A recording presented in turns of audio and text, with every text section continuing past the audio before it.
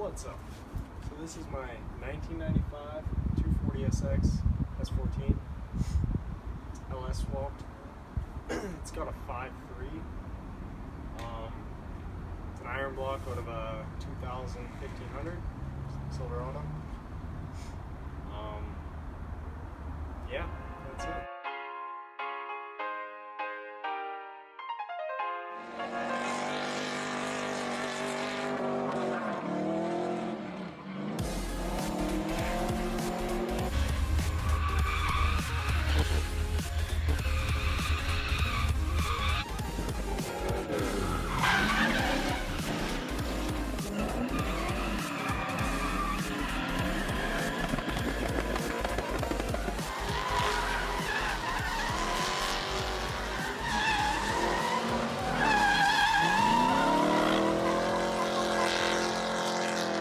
Start with the chassis. So it has a Wise Fab angle kit. It's their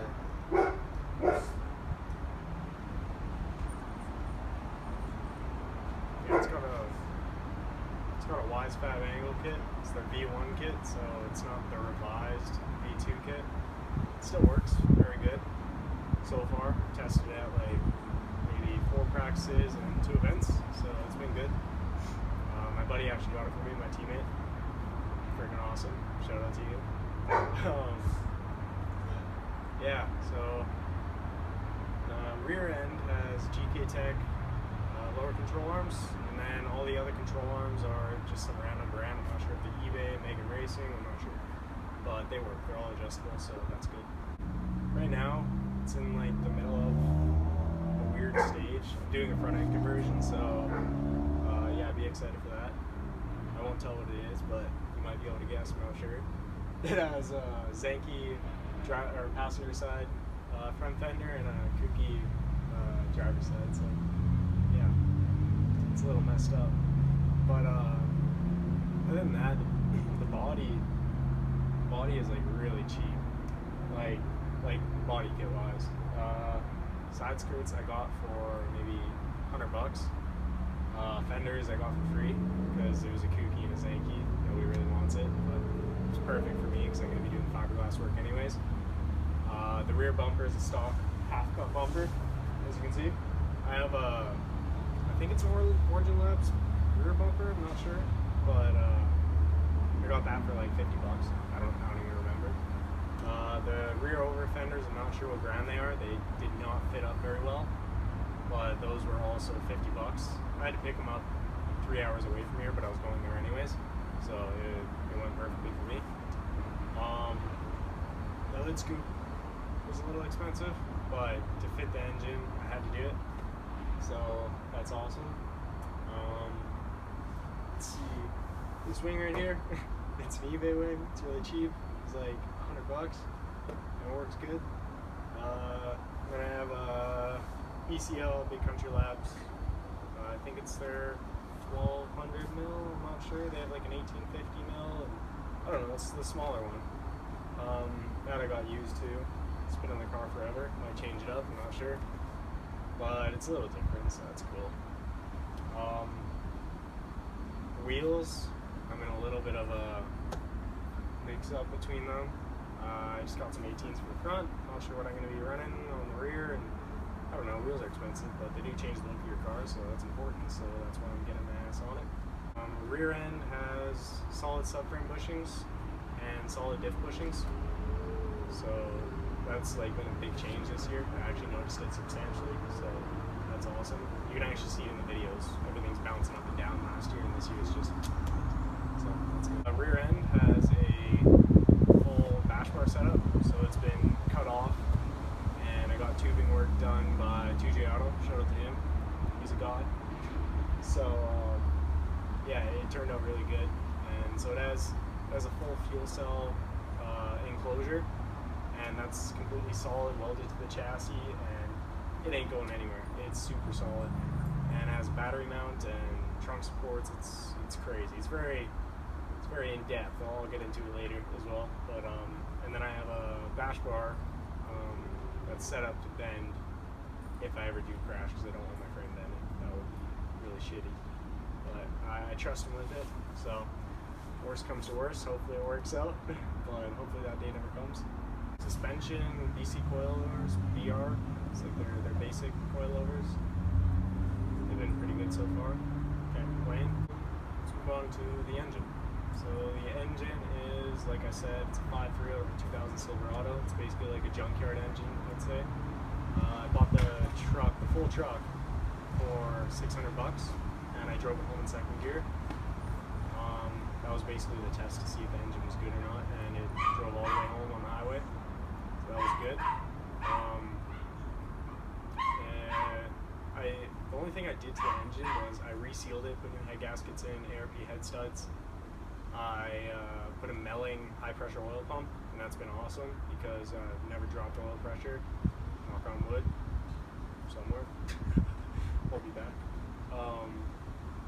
And yeah, it was definitely worth it, I think, because I've heard about people dropping oil pressure, and it's just, that would be really shitty.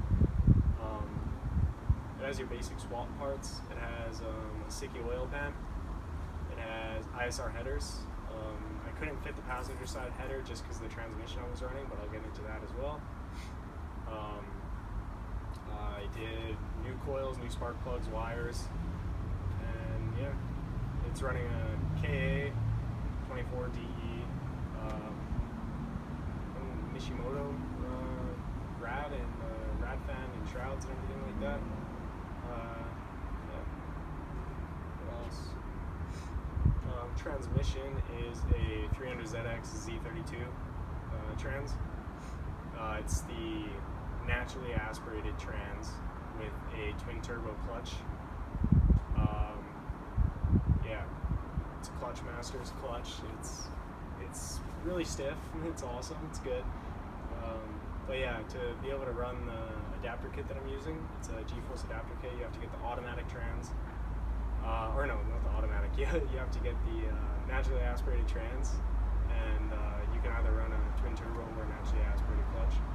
I went with the twin turbo just because it has a bigger surface area, more clamping, or not more clamping, of course, but more surface area covered.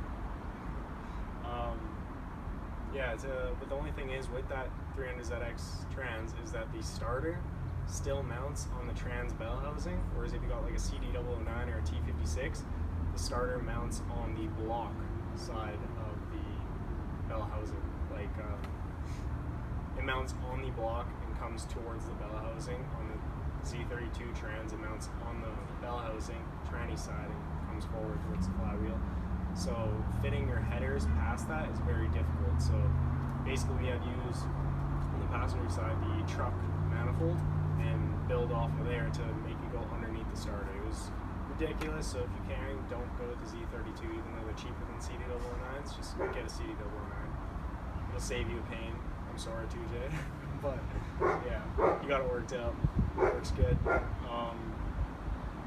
Yeah, I'm running custom drive shaft built by Pat's Driveline.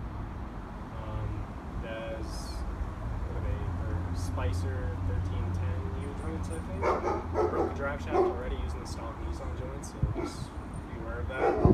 The diff is a S14 VLSD. I'm not sure what the ratio, but it's just a welded VLSD. It's been working good. The rear end, I have a Pyrotech fuel cell.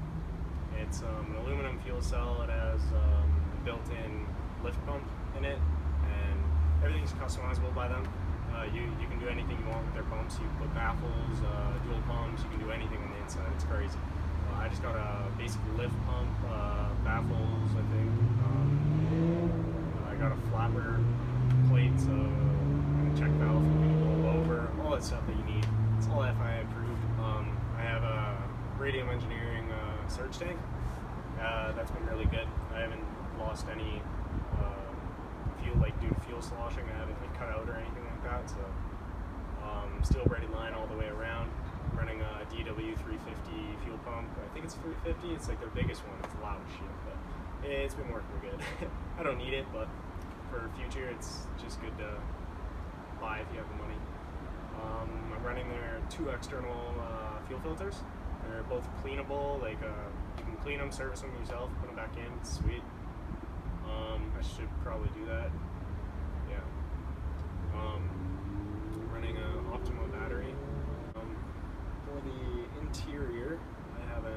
S Performance handbrake. I'm going to be changing that up though because it's inline. I'm going to be going dual caliper soon just because I've been having problems with the inline setup. All my gauges are glow shift gauges. They're really cheap, but they work. They've been working for 2 years, so that's good. Seat, it's a Corbeau Forza Sport. It's the cheapest FIA seat.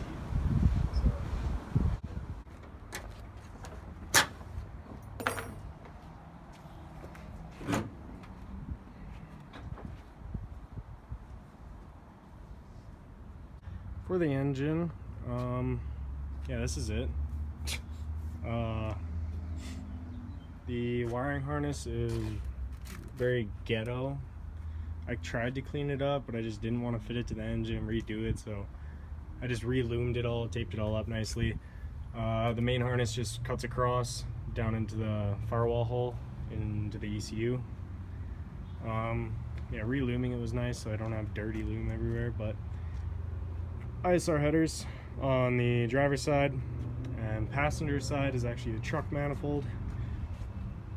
Probably see, and it cuts down super low. Yeah, you probably can't see that, but yeah, it cuts down super low to clear the starter. But I have, yeah, ISR fuel pressure regulator, runs to the fuel rails. These fuel rails are actually off of, I think, an 06 Chevy, because they don't have the fuel pressure regulator mounted onto the rail. They just have one line going to it, so I can run just one feed line and then return from the fuel pressure regulator.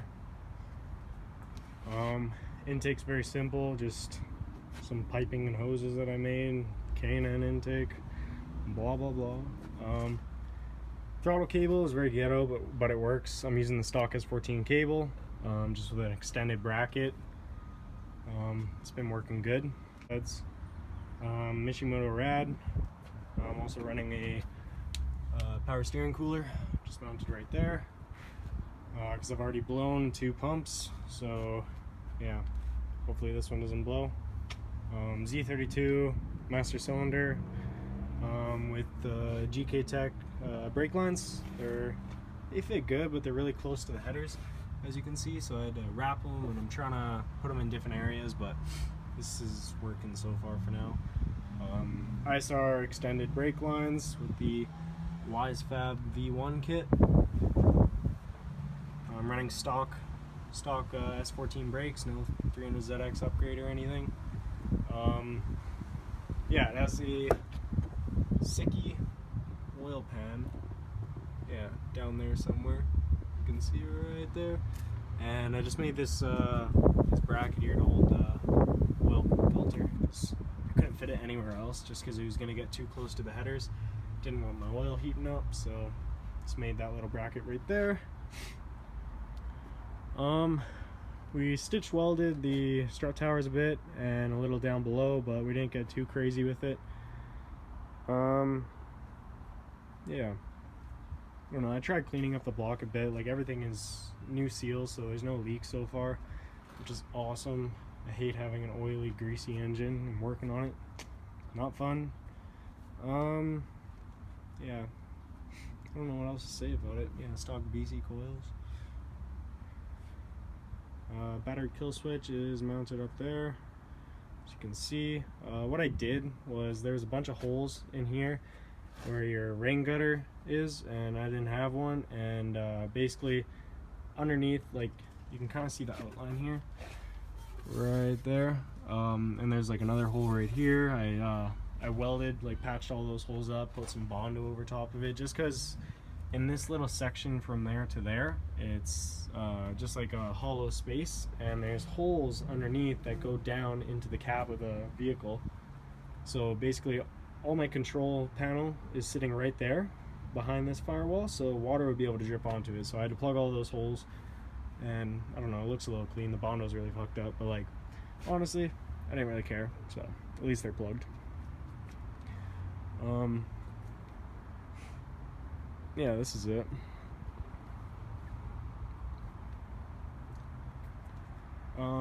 The chassis wiring is all done by me. I rewired the whole entire chassis. I wired up the fuse panel for the engine. There's lots of videos on how to do that, and there's lots of specs, and and all that stuff. But just be careful in the gauge size you use, the fuel panel, amperage rating, and all that. You just want to be careful. Headlights, turn signals are all wired in. Brakes are all wired in. Brake lights, window switches. If you want to see my fuse panel, it is right underneath here. Basically, I have two ignition fuse boxes, just because they're only rated to 100 amps each, and I have one constant battery power fuse box, and all my relays, everything is on their own separate relay, so I'm not going to blow anything, hopefully. ECU is in the original ECU box, or mount, I'd say, and I just put some brackets on the bottom to mount it to the floorboard, so it's nice and clean, nice and sturdy, it's not going anywhere. Yeah. Switches, all the switches are just basic functions. Ignition, fuel, fan 2, lights, wipers. I put a charging port for my tablet because I'm running a tablet gauge cluster. And yeah. Interior, firewall, all sealed up. Energy steering wheel. Okay.